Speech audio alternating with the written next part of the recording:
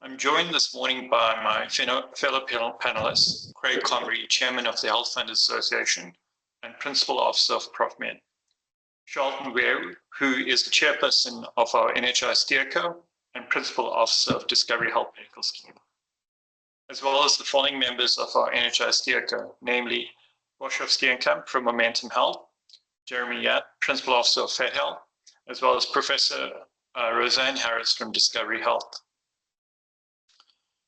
The Health Funders Association is a non-profit organization representing medical schemes, their members, and medical scheme administrators. We advocate for broader access to quality healthcare in South Africa and greater collaboration between the public and private sectors to build a vibrant and equitable healthcare system. Our members include 20 medical schemes and 3 administrators, collectively covering 4.1 million lives, equivalent to 46% of the medical scheme population in South Africa.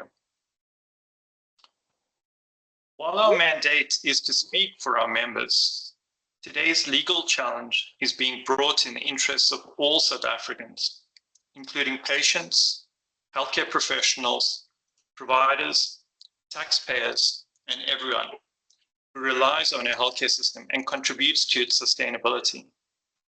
But let me be clear, HFA's legal challenge is not about preserving the status quo. It is not political. It is not anti-government. And it is certainly not in opposition to the principles of universal health coverage. We fully support the constitutional imperative to provide equitable, quality healthcare to all, and we wholeheartedly support the goal of universal health coverage. However, the NHI Act in its current form is fiscally impossible and operationally unworkable, and threatens the stability of the economy and integrity of our health system, impacting everyone in South Africa. Rather than advancing UHC, it risks undermining it. For years, HFA has engaged in good faith with government, submitting detailed comments and proposals, and requesting meetings with the President, the Minister of Health, and others to engage on the proposed NHI model and offer alternate workable solutions that would achieve UHC swiftly, efficiently, fairly, and affordably. Unfortunately, those engagements did not result in meaningful change. We do remain open to dialogue and hopeful that through our partners at BUSA, the ongoing engagement with the President will help chart a sustainable, inclusive path forward. But given the gravity of the risk posed by the NHI Act to health, the economy, and to the Constitution, we have no choice but to turn to the courts. Litigation is not our preferred route, but it is, under these circumstances, the responsible one to protect our economy and the future of healthcare in our country. In fact, our history shows that litigation has played a constructive role in health reform. So, for example, the Treatment Action Campaign forced government to roll out antiretrovirals, a decision that has saved millions of lives and continues to do so today. The single exit price case has helped establish transparent medicine pricing that we have today, which ensures a fair remuneration for service providers. The Subramani ruling recognized that government must manage access to care based on available resources, reinforcing the principle of fairness in resource allocation. Just earlier this year, the Gauteng Department of Health was ordered to provide cancer treatment to over 3,000 patients after prolonged delays. Likewise, we take the step in the same spirit to safeguard the rights and improve outcomes, not to obstruct reform. Our opposition to the NHI Act is based on 4 fundamental concerns. 1, it is fiscally unaffordable. South Africa's narrow tax base of 7.4 million cannot absorb the massive tax increases required by the Act. 2, it will damage the healthcare system. Instead of improving access, the NHI will reduce the overall supply of healthcare services and risk lives. 3, it will harm medical scheme members. They will pay significantly more in taxes while receiving less access to care. And 4, it is unconstitutional. It restricts the rights of individuals to use their own funds to access care, violating Section 27 of the Constitution. In short, the Act is flawed and will do the opposite of what it aims to achieve. There is, however, a better path forward.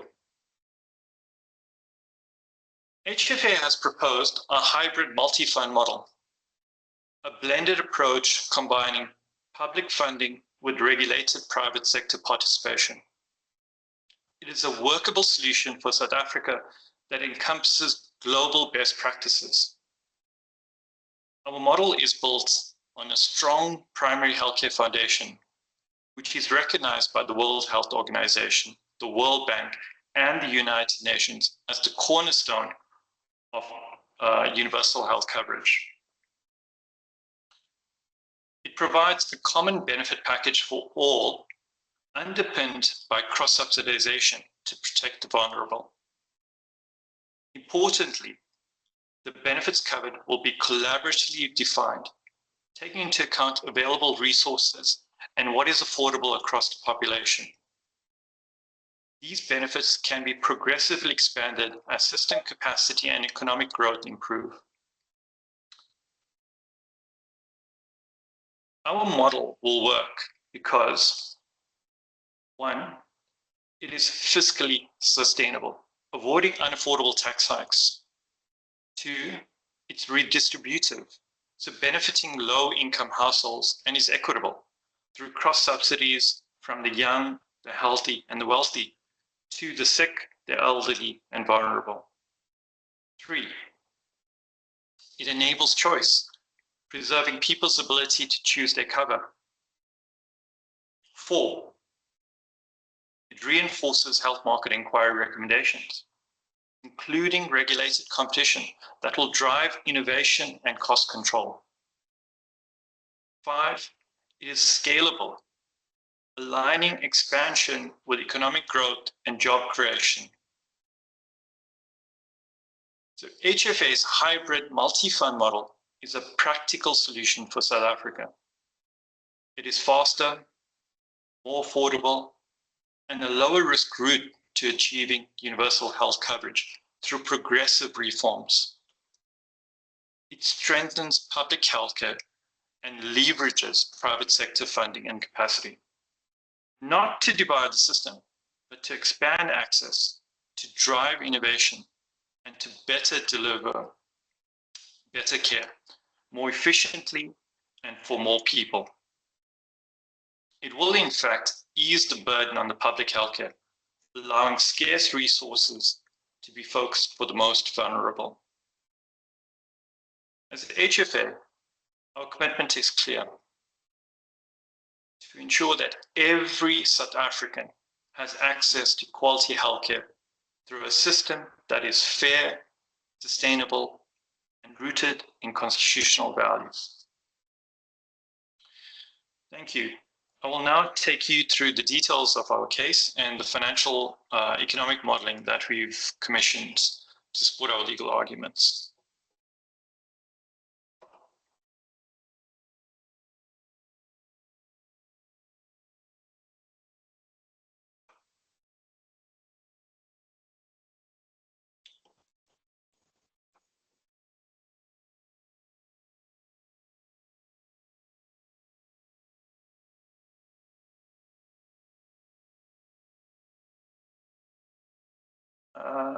Can you guys give me a thumbs up if you can see my presentation?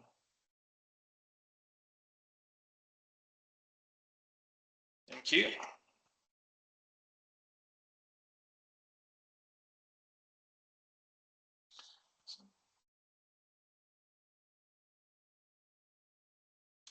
So the aim of today's presentation is to share some of the high-level analysis that has supported our case, as well as share some related information that has been part of our submissions on the NHI.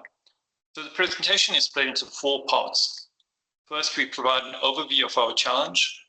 Then I'll share with you some of the independent expert financial and economic modeling that illustrates the adverse consequences that NHI will have. And that actually explains why HFA is taking the course of litigation, and also explains on what grounds we're challenging the Act. And then lastly, as part of our commitment towards progress in improving the lives of South Africans, I'll take you through our proposed alternates and more appropriate hybrid multi-fund model that will allow us to realize UHC.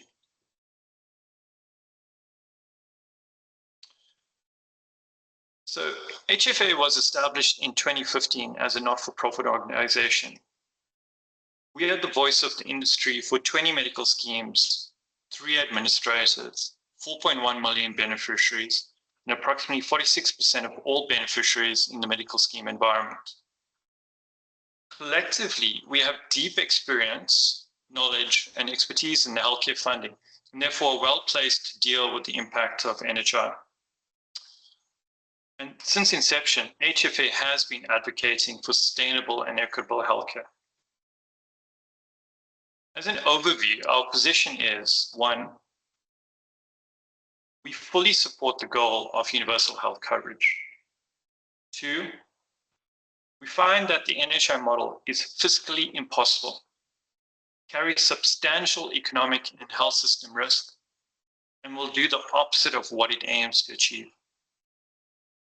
3, our hybrid multi-fund model proposes a viable, scalable, and more appropriate alternative to achieving UHC.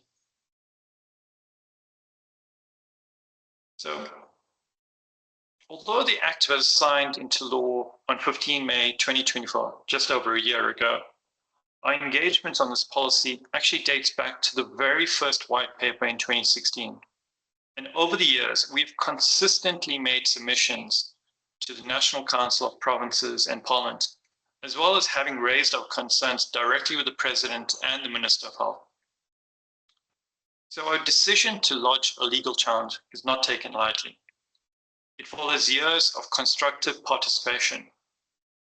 And while we embark on the legal route, we still remain open to dialogue and are hopeful that through our partners at Booster, the ongoing engagement with the President will help chart a sustainable, inclusive path forward. Now turning to the financial and economic modeling. So to inform our case, HFA commissioned Genesis Analytics, which is a respected firm. They were instructed to conduct a financial and economic modeling that allows for scenario-based costing and feasibility analysis. Their analysis demonstrated that providing access to healthcare services at the same level as that currently available to medical scheme beneficiaries is fiscally impossible under the NHI Act. Genesis analyzed several credible alternatives to the single fund NHI model that will better achieve the objective of UHC and will be less restrictive and destructive. I encourage you to actually go to our website. The report is available there.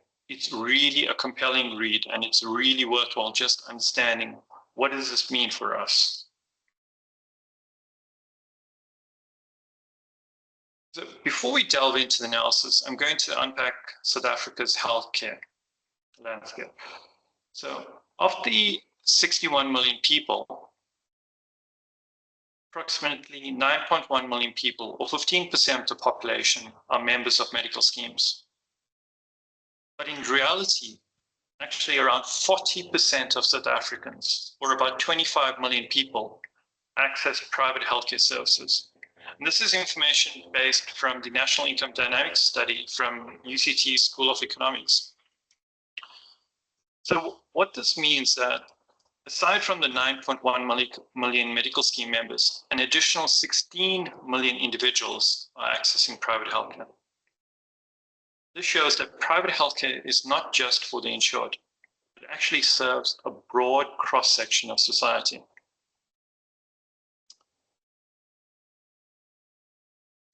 When we look at healthcare expenditure, in 2022, healthcare expenditure accounted for approximately 500 billion rand, which equals to 8.5% of the GDP. And this was split equally with 250 billion rand spent on public healthcare and 252 billion rand on private healthcare. Importantly, it's to note that private healthcare is primarily funded from households after-tax take-home pay. In other words, it's their disposable income.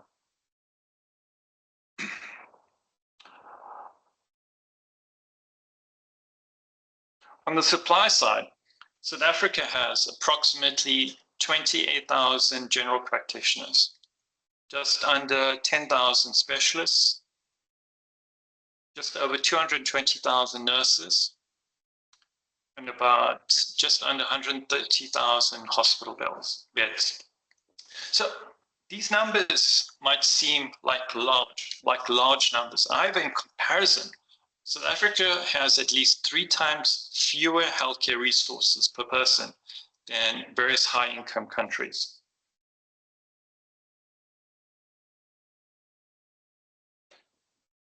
So before we dive into the economic analysis, I think it's important to dispel a few common myths and set the record straight about who medical scheme members are. So medical scheme members are a diverse representation of South Africa's population.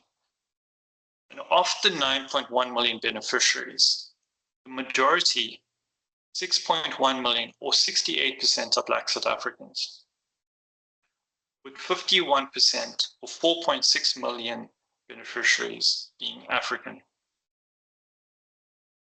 These members are deeply embedded in our economy. 4.1 million of the 9.1 million beneficiaries are formally employed. The remaining 5 million beneficiaries are family members, spouses, children, and pensioners. And of the 4.1 million, 2.7 million members are unionized workers. In terms of income, of the 4.1 million employed members, 44%, which equates to over 1.8 million lives, earn less than 16,000 Rand per month. 39%, which equates to over 1.6 million lives, earn between 16,000 and 37,500 Rand per month. Combined, this means that up to 83%, that's 3.4 million members of the 4.1 million members, earn less than 37,500 Rand per month. These are low to middle income workers. They are the engine of South Africa's economy. And medical scheme members are significant contributors to the economy. Of the 600 billion Rand that's been collected from personal income tax, medical scheme members contribute 3/4 of that tax. That's approximately 443 billion Rand. And they also account for a substantial share of VAT collections. So this dispels the myth that medical schemes members are for the wealthy, when in fact they are a diverse group and form a significant part of South Africa's working class.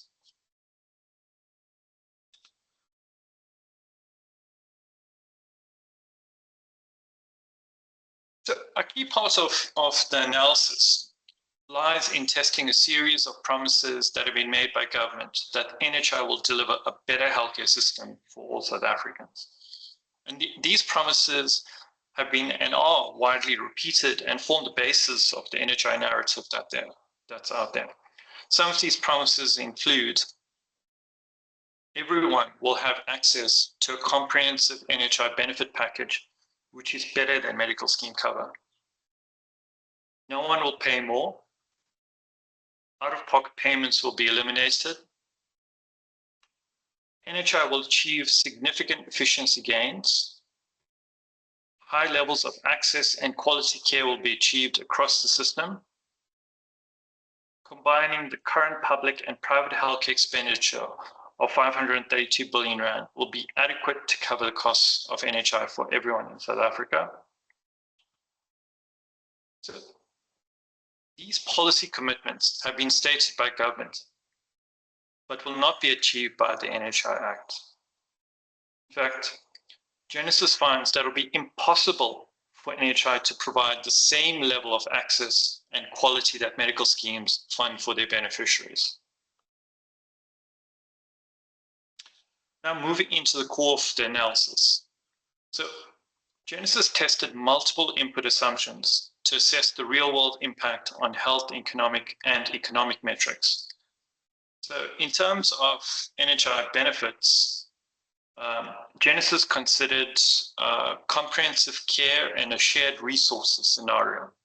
So the comprehensive care model reflects government's promise that NHI will provide universal access to care, similar to that of medical schemes. The shared resources model tests what happens if NHI is funded only through the current combined public and private healthcare expenditure of 532 billion rand. So Genesis also considered the level of inefficiencies that could theoretically be realized by NHI under the shared and comprehensive care scenarios. So the high efficiency scenario the low efficiency scenario. So the high efficiency scenario relates to realizing operational and cost efficiencies based on ambitious efficiency assumptions. And I'll explain these assumptions in the next slide. In the low efficiency scenario, Genesis considered operational and cost efficiencies based on the combined population-based effects of a centralized model. So these scenarios were modeled to assess the impact on three key outcomes. So firstly, the level of taxation required and the impact on take-home pay. Secondly, the level of access to healthcare services in relation to comprehensive care.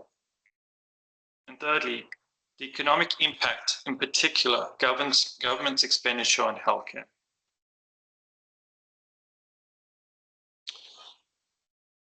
So delving deeper into the assumptions underlying the model.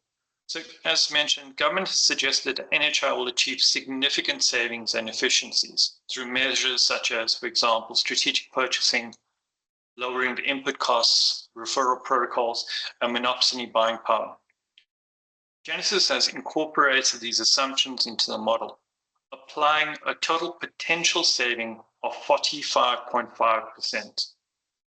I do want to stress the point that this 45.5% is a very ambitious savings assumptions. And anything less than that means the cost of NHI will increase. But let me walk you through the 45.5% and how it actually was calculated. As a starting point, we took the average cost per medical scheme beneficiary from 2022, which was approximately 2,346. So this is across all 9.1 million lives, and the average cost for each of those was 2,346 rand per member per month.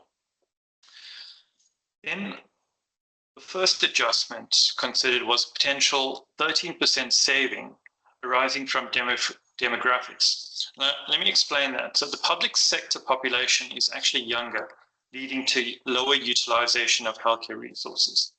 So the 13% saving was modeled based on actual claims experience that we've seen in medical schemes, or comes from medical schemes. And that was extrapolated then to the public sector population. So it means the low efficiency assumption is that the average monthly cost per medical scheme member would be reduced to 2,046 rand, which is roughly a 13% reduction. Now, in addition to the demographic saving, Genesis considered a number of other efficiency savings, such as more efficient administration, monopsony, purchasing power, reduction in wastage, and as well as a contingency factor. So collectively, that totaled to an additional 23% potential savings. And together, these adjustments reduced the average monthly cost per person by 45.5% from 2,346 Rand to 1,279 Rand. It is important, and I continuously repeat, that the 45.5% is a highly ambitious target. Now, just to give you some context and how this compares, the health market inquiry, which was an extensive multi-year study, showed that the potential impact of medical schemes reform was about actually 25 to 30%, meaning that if the health market inquiry reforms were implemented, medical scheme contribution could have come down from 2,346 Rand to 1,700. So that's a 25 to 30% saving. So in comparison, right, and that hasn't been achieved, but in comparison, therefore achieving a 45.5% is something that just seems unrealistic.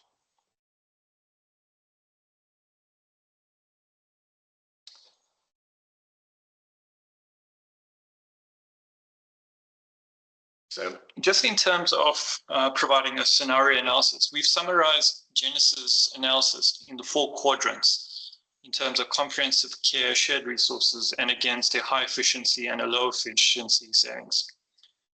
So starting with the top right-hand quadrant, which is comprehensive care and high efficiency savings, we note the following.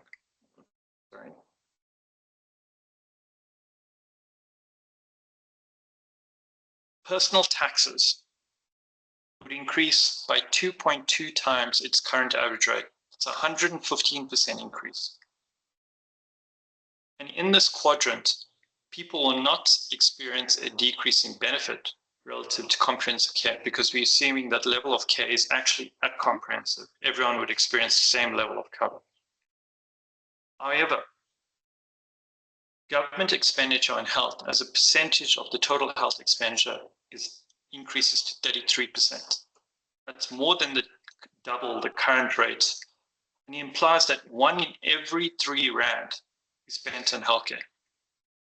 And furthermore, it also means that all the tax raised must go to health at the expense of other social determinants of health, such as education and social security.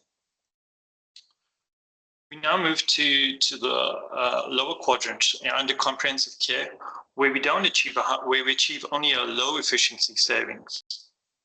And what we see here is the tax increase is 3.1 times the current rate, and health expenditure as a percentage of total government spend goes up to 44%. So achieving this level of tax increases is simply not possible. So moving to the shared resources quadrants, we note that across both the high efficiency and the low efficiency quadrants, personal income taxes increases by 1.5 times the current rate, and that health expenditure as a percentage of total government spend goes up to 22%. But alarmingly, and to draw your attention to that, the benefit level relative to comprehensive care would decline by 43% in the high efficiency scenario, and concerningly, it would decline by 65% in the low efficiency scenario. So these modeled scenarios demonstrate significant adverse consequences and risks, and increases in tax that are simply impossible, and is, as mentioned, at the expense of other social priorities. So HFA has actually spent some time, studying these scenarios and implications, and based on our own modeling, we also foresee something as an immediacy risk and an additional adverse scenario. So in an NHI world, where we are on the path to comprehensive care, but in this world where medical schemes are prohibited, from providing additional supplementary care, And in raising taxes, we cannot reach the threshold of 25%. It would actually result in lower healthcare access for both public sector consumers as well as medical scheme members. In this world, it's unconscionable world. It's a lose-lose situation for everyone. All 61 million people will be worse off.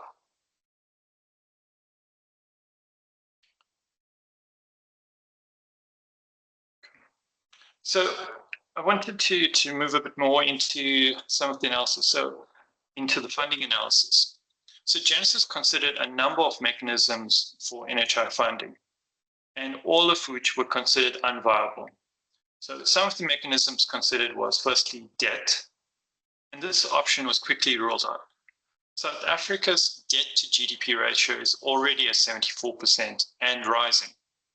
And health competes already with other pressing budget priorities such as education, social grants, and debt servicing. So adding a funding burden on top of this and of this magnitude through borrowing is simply not feasible or sustainable.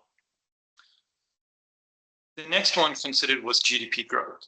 So Genesis modeled whether strong economic growth could fund the NHI. But the outcome was it would require 37% real growth in GDP. And based on the average growth rate of the past decade, it would take 45 years to reach this level. And even then, all new GDP growth would have to be diverted to health. And this is an unrealistic projection or scenario for South Africa. So this leaves us then with taxes. Now, we did look at a various number of scenarios. So we looked and considered VAT. So to raise enough funding, VAT would need to rise from 15% to 36%. I think it's important to note that and acknowledge that VAT is not mentioned in the NHI Act, but we put it here for consideration purposes and just to explain. But raising something VAT from 15% to 36% is politically and economically unviable, especially given the regressive impact that VAT has on the poor. We looked at corporate tax, Genesis looked at corporate tax as well, and the finance minister has been clear. Raising corporate tax risks deterring investment and impacting on job creation.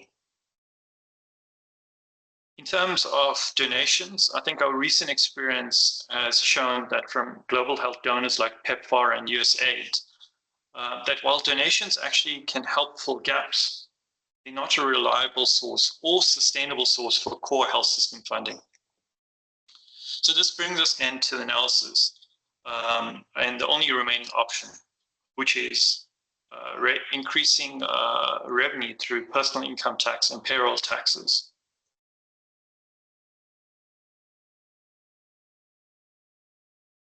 I think it's important to acknowledge, and we'll explain here, that higher taxes does not guarantee higher revenue. So, just for some context, currently South Africa's tax to GDP ratio exceeds 24.5%. In comparison, the average across Africa is 16%.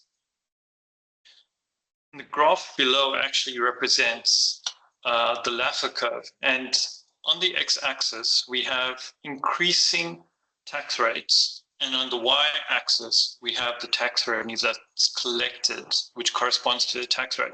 So for example, at tax rate T1, revenue of R1 is collected, and likewise T2, tax revenue of R2 is collected, and T3 corresponds to R3. So the Laffer curve is actually a well-known economic principle that shows that increasing tax rates beyond a certain point, for example, in this case, T2, leads to lower tax revenue, not more. In fact, it reaches a point of diminishing returns. And evidence actually suggests that South Africa has already passed that peak.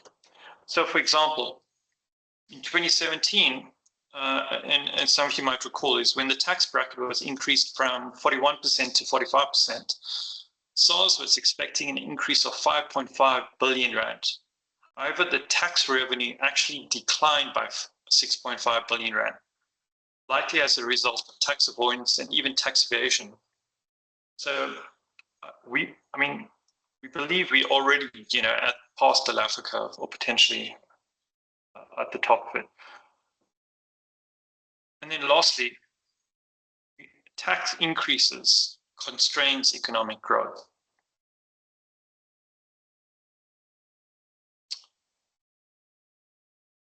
One of the important points, that unfolds from comprehensive care is under NHI, comprehensive care will reduce take-home pay by 12 to 36%, with significant economic consequences.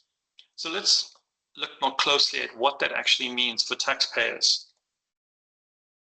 So on the table there, you can see South Africa actually has a very narrow tax base. We have just 7.4 million taxpayers who are funding the majority of taxes in South Africa.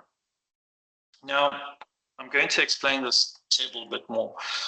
So a taxpayer, for example, who currently is earning on average 92,000 Rand, and there's approximately 3 million of those taxpayers. They currently pay income tax, or the current top tax rate is about 18%. Under the NHI, their effective tax rate would rise to 41% to fund comprehensive care. And if they're already on a medical scheme, they'll not only have to pay what they're currently paying towards medical scheme, towards the NHI fund, they'll also have to face paying an additional 10,000 Rand reduction in take-home pay. And that's to help subsidize coverage for those that are not paying taxpayers. So it is actually what's currently being paid towards medical schemes, plus on top of it, an additional 10,000 Rand reduction. In contrast, moving to a bit more to the right now, non-medical scheme taxpayers who weren't previously contributing to healthcare through medical schemes will now actually experience a much greater financial shock. And what we see there is somebody who's earning 92,000 Rand will actually experience a projected 21,000 Rand drop in take-home pay. So for completeness, I've shared the rest of this table, based on the various income brackets. But what we want to illustrate a few more points is that under comprehensive care, 6.5 million of these taxpayers will fall into the low to middle income bracket, earning less than 565,000 Rand a year, would be severely impacted. So medical scheme members at an aggregate level would experience, after contributing to NHI, would experience a 12 to 33% decrease in their take-home pay. Non-medical scheme members will experience a 23 to 36% decrease in their take-home pay. And for those, I do encourage you, there's more details in the Genesis report, including details of family of four. But, by and large, the takeaway point is that, well over 90% of medical scheme members will experience a decrease in take-home pay. I think it's beyond, the personal finances, when we elevate to a global, to a macro level, this actually impacts the economy. The economic consequences are quite severe. So when we start unpacking it, is increased financial strain on low-income workers, potential flight of high-income taxpayers, which will result in tax avoidance, tax evasion, and reduction. As a result of the lower take-home pay, GDP will be reduced and impacted. Consequently, all sectors of the economy will be impacted, not just the health sector. And then, as you can understand, the high tax rates will deter foreign and local investment. In conclusion of this, a narrow tax base of 7.4 million members of taxpayers cannot carry the funding requirement for NHI. The result is economic hardship for millions of South African taxpayers. Now turning to the supply side in terms of doctors and other healthcare professionals. So to provide comprehensive care requires many more doctors, nurses, pharmacists, and specialists than we have. And I think it's critical to point that access to care is not just about funding. It hinges on the availability of skilled professionals, healthcare professionals. And the Genesis model shows that even after applying the full 45.5% of savings, efficiency savings, we would still need to recruit an additional 286,000 healthcare professionals to deliver the promised level of comprehensive care. This actually includes the doubling of the number of general practitioners, doubling the number of nurses, and doubling the number of pharmacists, and tripling the number of specialists from what we currently have today. And that's in the high efficiency saving. When we actually look at the low efficiency saving, the situation is significantly more severe, with an estimated 431,000 additional healthcare professionals required. However, we need to realize that we actually have constraints, and achieving these targets has major constraints in that South Africa currently produces only 3,600 medical graduates each year. And the training of these graduates are long. It sometimes takes 9 years to qualify as a GP and up to 13 years sometimes for a specialist. So at these current rates, achieving the required workforce would take decades, not years. And to make matters worse, and most of us are actually alive to being in the sector, is that public sector healthcare professionals are already stretched. Many are working over 60 hours per week and longer. And under the NHI, there will likely be a loss of talent due to emigration or fewer students choosing to enter the healthcare profession, which would be a catastrophe. And the exit of healthcare professionals will occur at the same time as the demand for healthcare resources under the NHI increases. So the takeaway point from here is that no amount of money can fix NHI without the people to deliver care. And under the NHI Act, South Africans will experience healthcare rationing.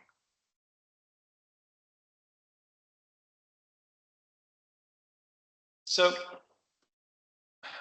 as I mentioned, the lack of feasible funding, which we see is prevalent, from the comprehensive care modeling, or even as well as the shared services, combined with the shortage of healthcare resources, means that South Africa will experience healthcare rationing.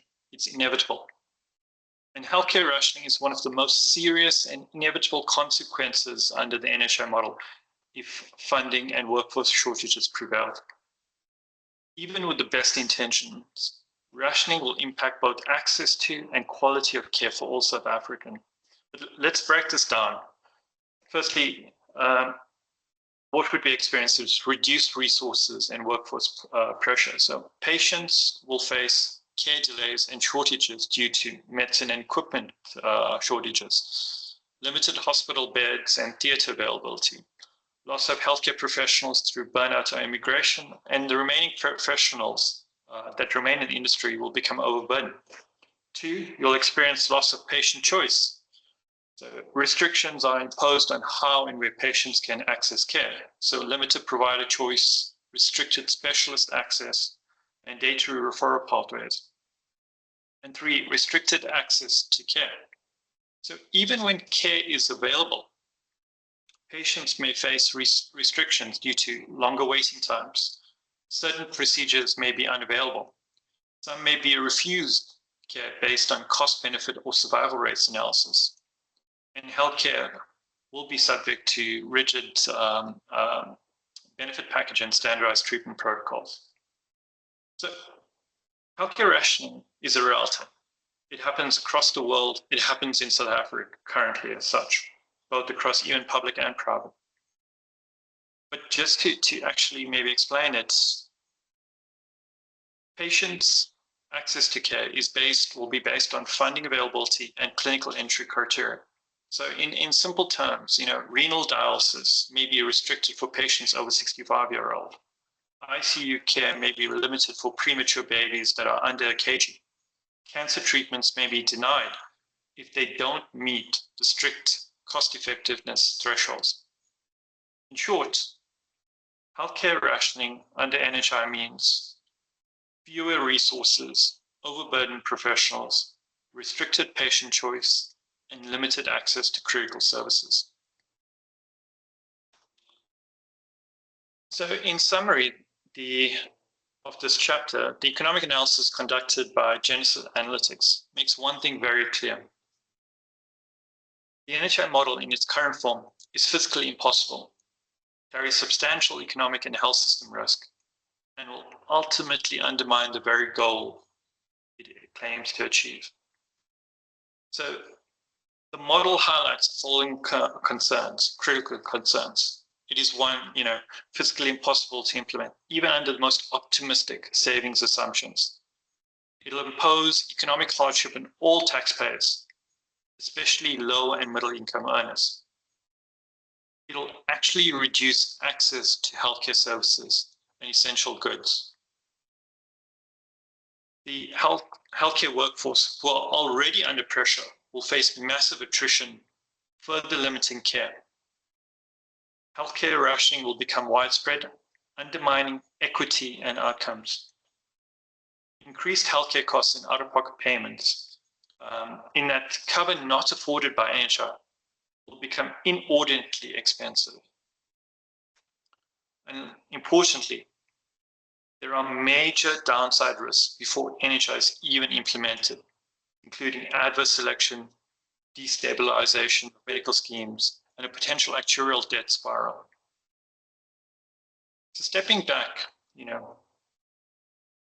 given the scale of disruption that NHI will bring, we have a duty to protect the public interest by ensuring that healthcare reform is both affordable and sustainable. As a result, we are therefore seeking constitutional compliance through the courts. I'll now take you through our litigation. So we've appointed an experienced team to advance our legal challenge. And it's spearheaded by our senior counsel, such as Wim Trengrove, Adila Hassim, and supported by Michael Mbikwe and Daniel Siv, as well as from our attorneys, ENS. The papers are available on the HFA's website. So the founding affidavit, as well as the Genesis report, you can access it there. There'll be a lot more documents made available during the course of today as well.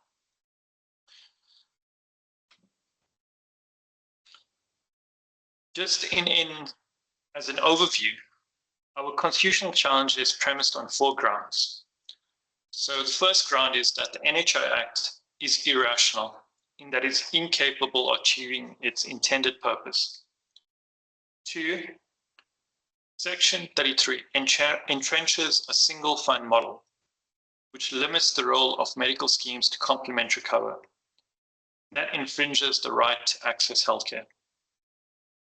3, the NHI Act is not a reasonable measure under Section 27(2), which requires government to take reasonable steps to progressively realize access to care. And 4, the NHI Act unconstitutionally delegates legislative authority to the minister.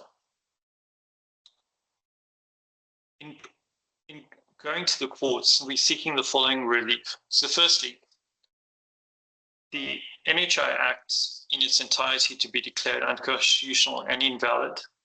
Alternatively, certain sections of the NHI Act to be declared unconstitutional and invalid.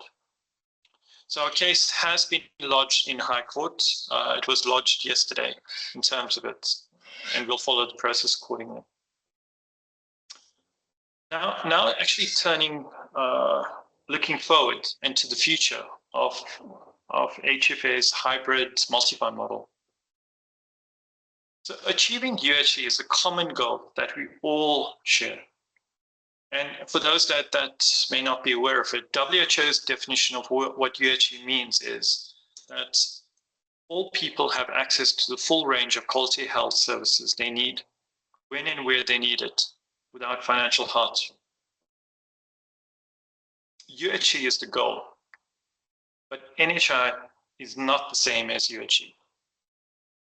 NHI is the proposed funding mechanism, but HFA's application is to challenge it as the chosen and we view it as constitutionally flawed and not the way to actually achieve UHE.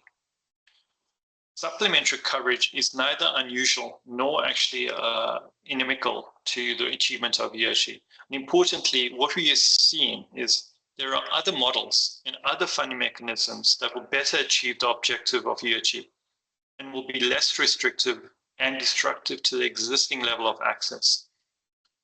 And as part of the research, Genesis studied multiple UHE systems globally to understand best practices and insights.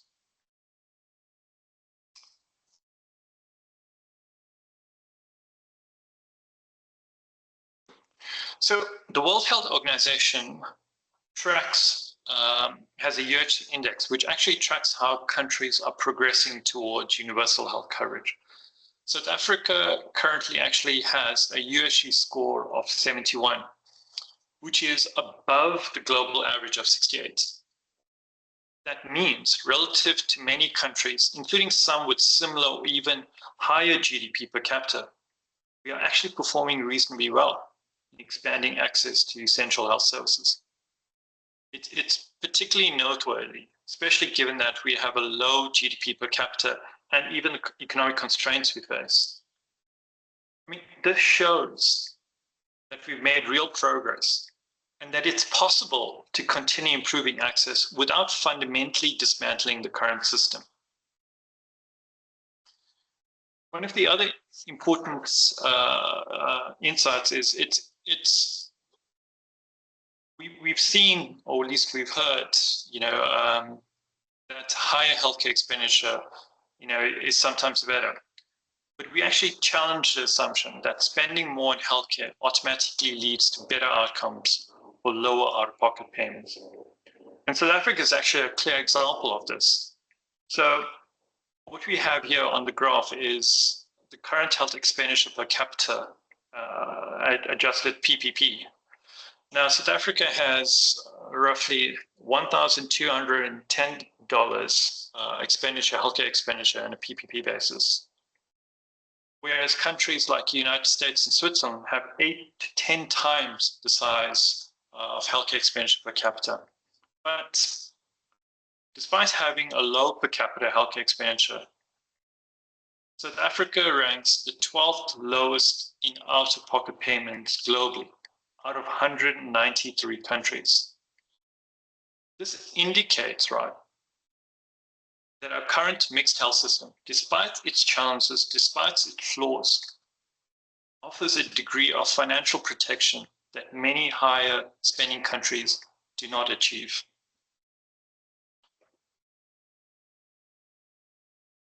And I want to make the point that it's not just about how much we spend, but how effectively we spend it.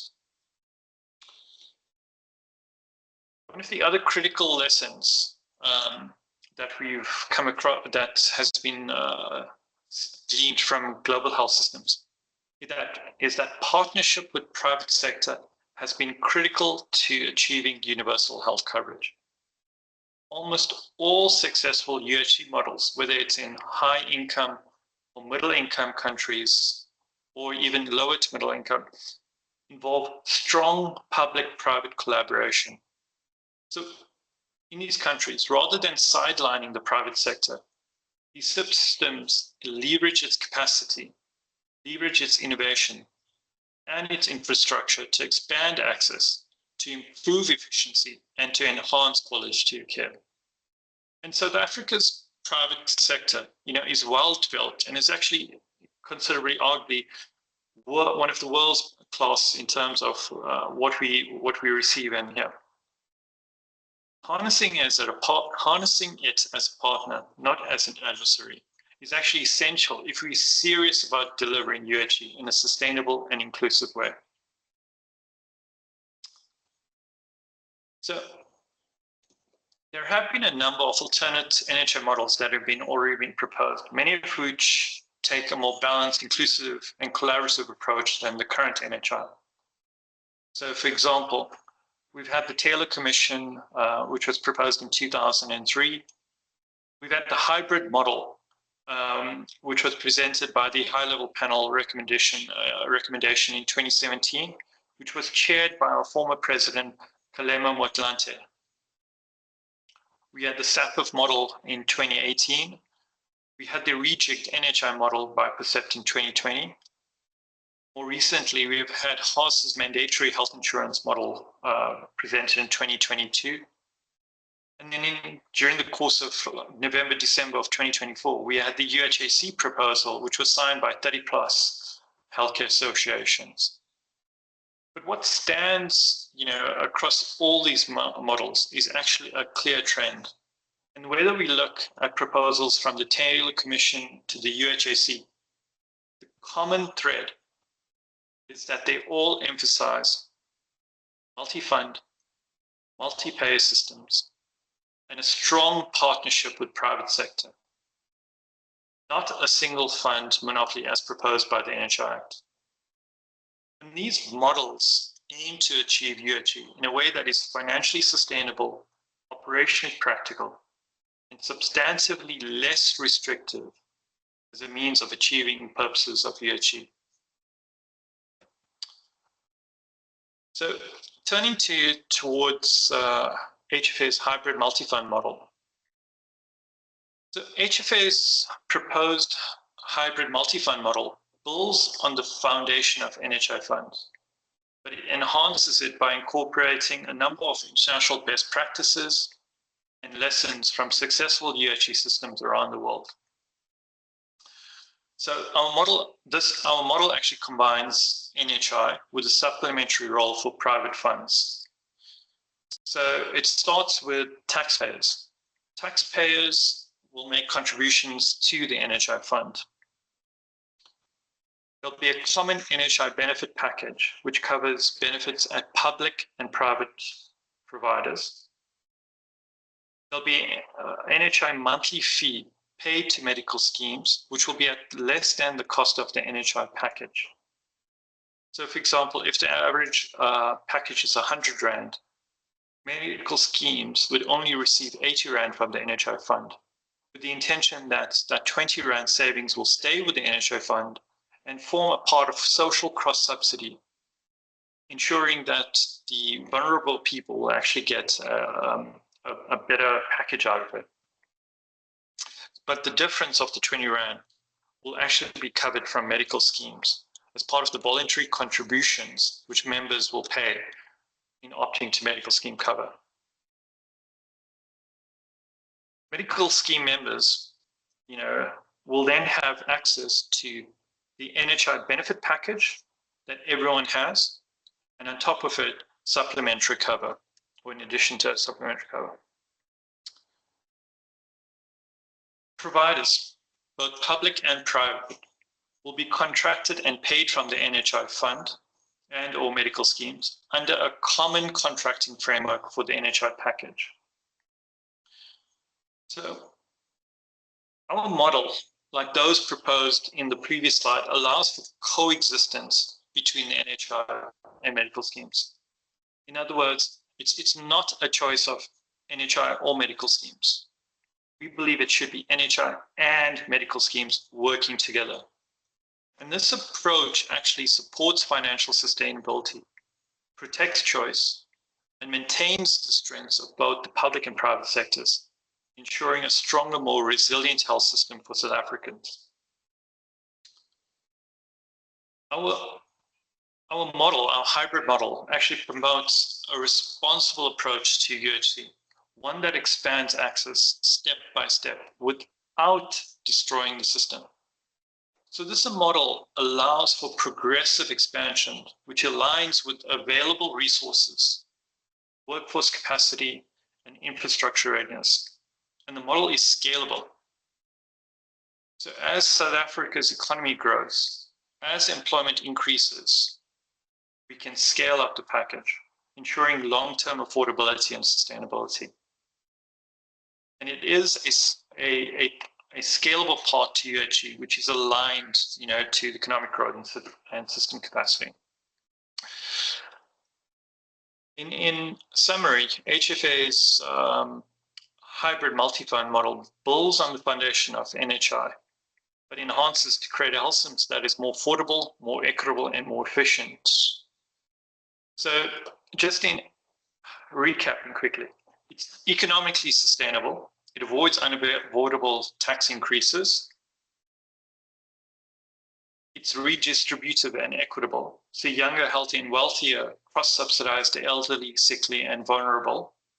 Enables choice, so preserving people's ability to choose their cover. 4, it reinforces the health market inquiry reforms and implements recommendations that are so critical, like competition, transparency, and innovation. It's scalable with our economy, so adapts to GDP and employment trends, enabling responsible and responsive expansion. And lastly, it's pragmatic and efficient. It's cheaper, faster, more efficient, and less risky than the single fund, and leverages existing systems and private sector capacity. So in summary, HFA fully supports the goal of universal health coverage. We find that the NHI model is fiscally impossible, carries substantial economic and health system risks, and will do the opposite of what it aims to achieve. 3, HFA's hybrid multi-fund model proposes a viable, scalable, and more appropriate alternative to achieving UHG.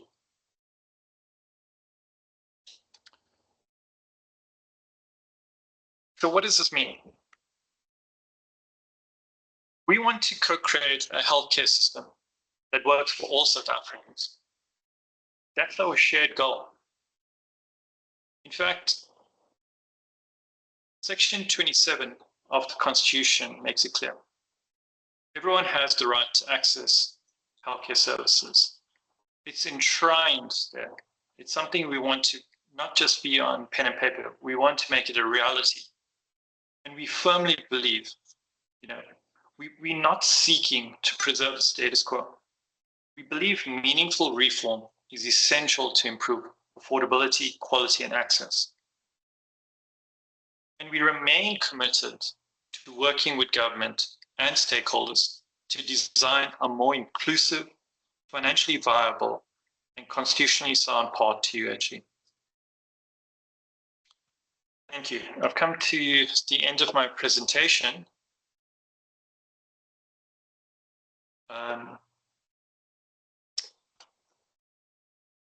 I'll now actually, with my panel, answer questions that you may have.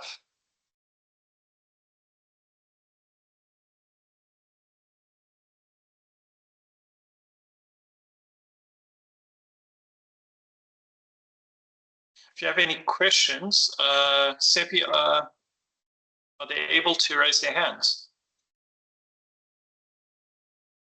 Yes, they are able to raise their hands, and there's also the Q&A enabled. Okay, cool. So I think take the opportunity now if you've got questions. Tomorrow.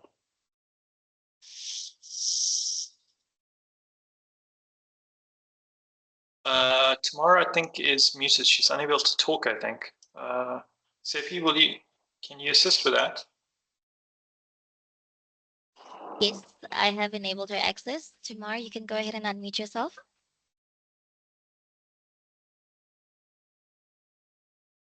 Tomorrow, can you try unmuting? Are you able to unmute?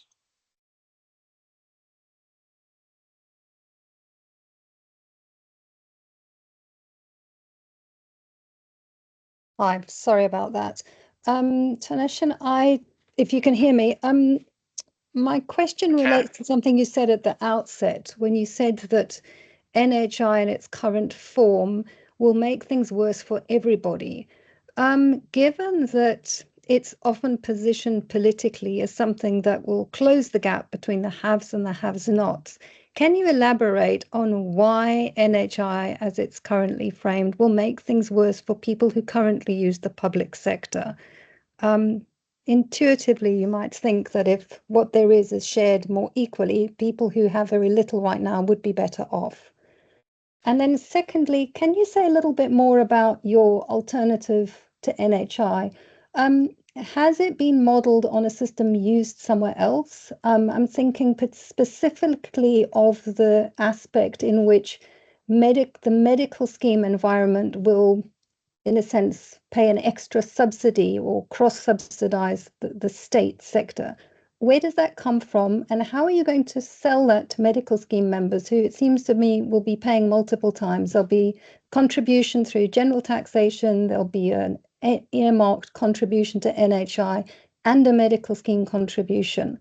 It seems like quite a tall ask, and I'm just wondering whether there's a risk that people actually drop out of the medical scheme market, and whether this is necessarily a bad thing, and how you would see that playing out. Thanks.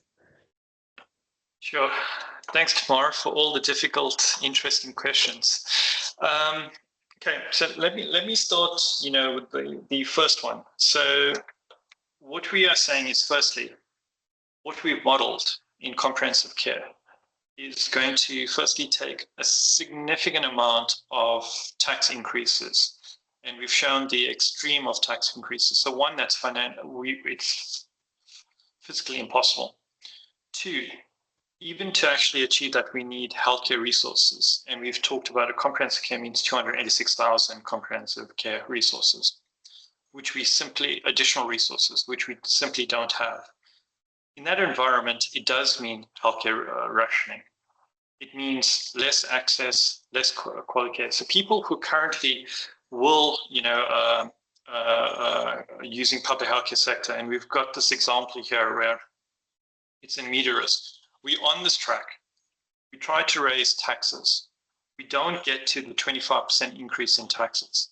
What's going to happen is everyone is actually going to experience less access to healthcare. Medical scheme members, and maybe my next slide might actually help to explain that. Medical scheme members, because they are older, actually utilize more healthcare services. They will usurp a lot more of the funds that are available for private sector, for public sector usage. So in essence, overall, less access, less healthcare utilization, and therefore greater healthcare rationing will result in worse off outcomes for everyone from it. But of course, the starting point is we simply can't achieve any of those tax increases. Coming to your second point here, I actually want to maybe try and explain it better.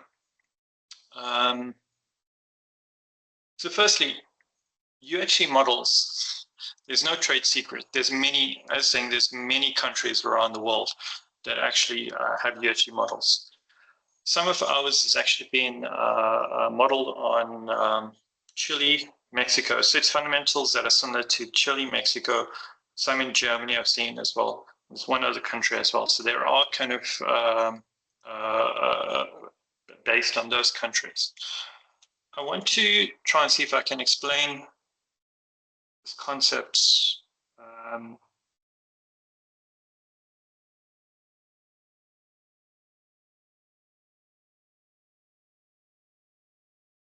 With the slides, to apologize. Okay.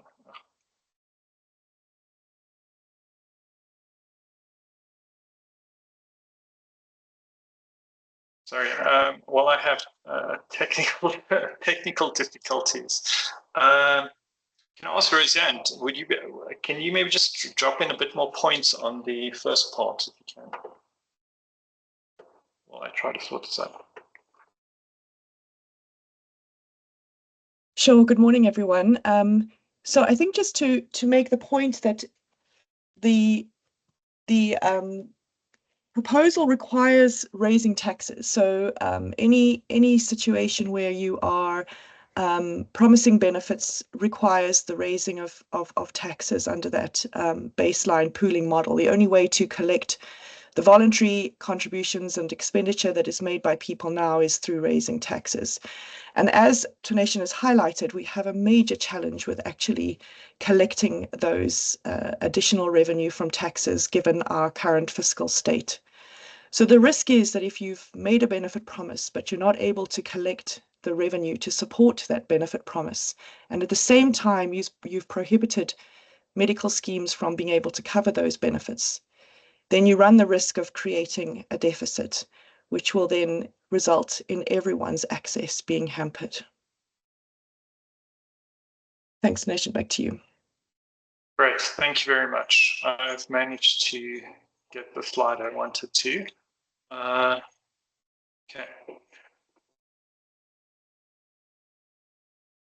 Cool. Okay, so I think this was one of my backup slides, but I just want to explain what the impact of banning supplementary cover is. So as a starting point, because supplementary cover will be banned, all the lives, whether they are actually medical scheme lives or public sector, will be all joined together.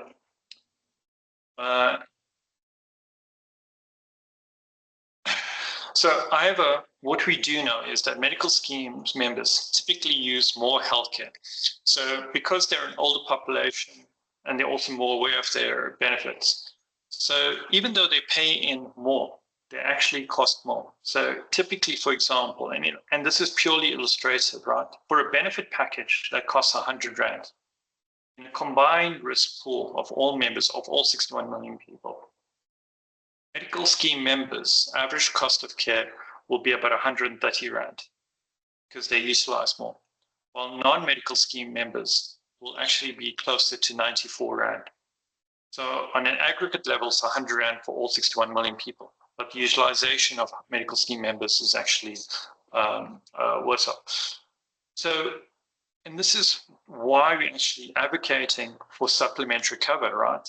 In the same situation, what we are saying is if you actually enable supplementary cover, medical schemes who want members who want to buy up to medical schemes, they will, from the NHI fund, contribute 100 Rand to medical schemes. Medical schemes will collect from the NHI fund 100 Rand per person. But we're going a bit further. We're actually suggesting as part of the model, instead of 100 Rand being paid to medical scheme members will actually collect 80 Rand. And that 20 Rand difference will actually stay with the NHI fund for the benefit of those people who cannot afford to buy up to voluntary contributions. And the difference of the 20 Rand plus the 30 Rand, the 50 Rand difference is actually covered from members' voluntary contributions to supplementary cover. What this means for the rest of the membership, or non-medical scheme members, instead of actually having then benefits of only 94 Rand, they've got a bigger amount of money, and they actually receive 104 Rand of benefits. And that's actually what we're advocating for, and why we're saying it's actually better through a supplementary model to do that. So like for like, banning supplementary cover is worse off for the entire combined risk population. Therefore, we want to propose, and part of it is supplementary model. I hope that it's a very complicated slide, but I do hope actually that explains the point I was trying to make.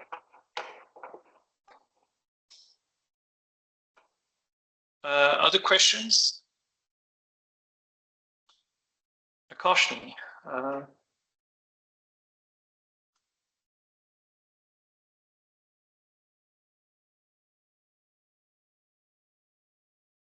You can go ahead, you can unmute.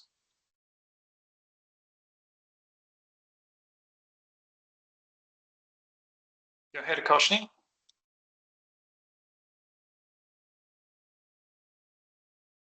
I can't hear you. Seppi is... Yes, Akashni is unmuted. Hi.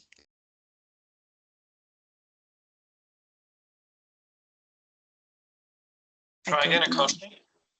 Hello? Yes, go ahead.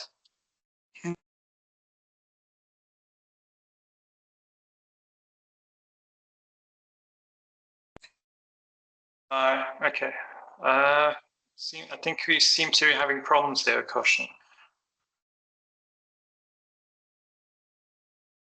Is there any other questions? Hi, can you hear me now? Yes, I can hear you now. You can go ahead. Okay, great. Thank you so much, Mr. Nader. Just a quick question. Why is this action being brought now, and what recent developments triggered it? Sure. So I think the important part of that is NHA Act was signed about approximately just over a year. So we've actively been engaging with the constituents, trying to see is there an amicable way forward, and we haven't given up on that. We still hopeful through BUSED it'll be, but to get to where we are today, it does take a significant amount of time to do the research, to understand the impact. So we've taken our time to make sure we dotted the T's, crossed the I's. And also our research took time. So we also, believe this was the right time now to actually go forward and put forward our challenge, and hoping that at this point in time we can actually achieve an equal outcome.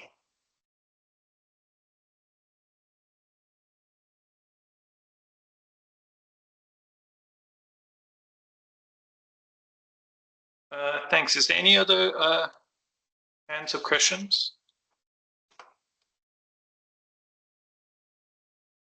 There's questions in the chat, Tanishan, in the Q&A. Sorry. Apologies. Opening that now. The first question is from Eleanor Becker. Says, does the HFA's UHC model address the DOH's concerns around escalating private healthcare costs? No. So what we do need, we have incorporated principles, into the model we're putting forward. We do require stuff that is still needs to be legislated. For example, risk adjustment model, risk adjustment mechanism, which was identified as health market inquiry, was a substantial reform that's needed. One that still needs to be addressed. Two, I think the other ones that still need to be addressed, and and this is why we require a collaborative engagement with government and all the stakeholders to unpack things like PMBs. What is the benefits package? What is going to be excluded? All of these principles need actually regulations and regulatory things.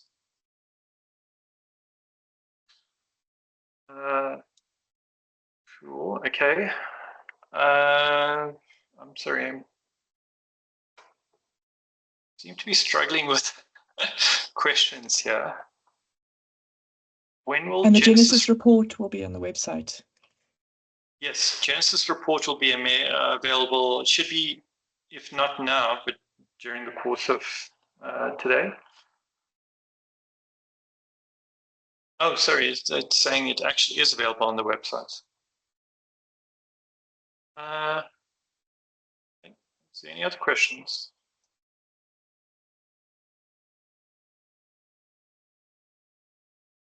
I think those are all the questions. I'm not if Tanishan, I've also enabled the chat function in case anyone just wants to drop a question quickly within the chat box. Cool. Okay, I'll open it for, please, you're welcome to. I think also having said that, this is an opportunity to engage further. So if we aren't able to respond, you're welcome to reach out to our PR agency with questions, and send us emails, etc., and we'll try to best respond to them as soon as possible. What would be our ideal outcome from litigation? So, ideally, we don't want to litigate. Litigation will take, a lengthy time period. It could be up to 5 years before the matter is heard in Constitutional Court. And at the end of the day, there'll be one winner and one loser potentially at the 5 years. What we actually want is to be able to sit down and start actually doing healthcare reform now, building something that is going to be workable. We don't want to wait 5 years to start building. We would have lost 5 years of opportunity cost on reforming healthcare.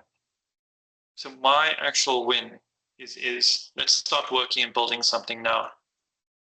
Growth sectors.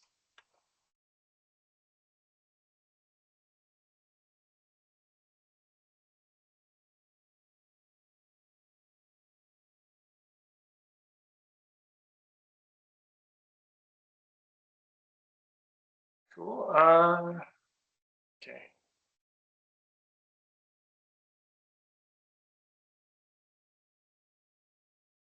Thank you. Thank you, Theo. We'd love for you to be around the table as well, Theo, when we discuss collaboratively this.